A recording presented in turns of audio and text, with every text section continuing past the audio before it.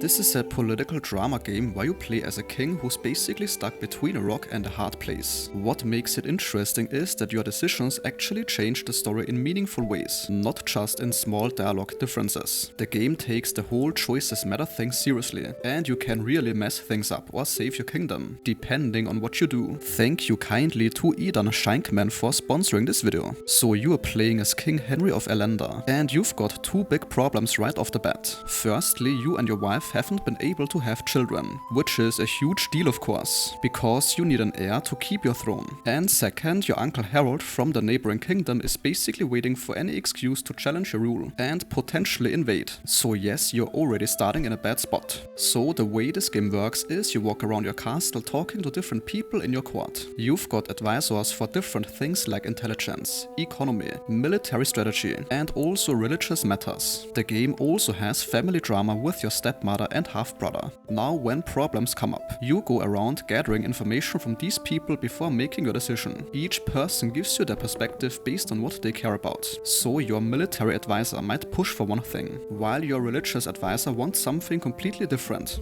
The game likes to throw moral dilemmas at you constantly, and whatever you pick has real consequences that play out later. Your choices stack on top of each other. One decision leads to a situation that forces another decision, and it keeps branching from there. The game doesn't hold your hand either. You can make what seems like the smart political move and then watch it blow up in your face later. The game has multiple endings depending on how you handle everything, and the developer built it specifically for replaying to see different outcomes. The marriage and succession drama is a big part of it too. Without spoiling too much, your relationship with your wife and the need for an heir creates this whole complicated situation involving your wife's family, religious authorities, and political alliances. So you're balancing personal relationships against what's supposedly good for the kingdom, and the game doesn't always make it clear which choice is right. The court members all have their own agendas, and you have to figure out who to trust, and when their advice actually serves your interests. Something the game does well is showing you the consequences of your actions through small details. If you make the peasants angry, you can very much hear about unrest in different regions later. The nobles remember if you helped or hurt their families. It all connects together in ways that feel natural.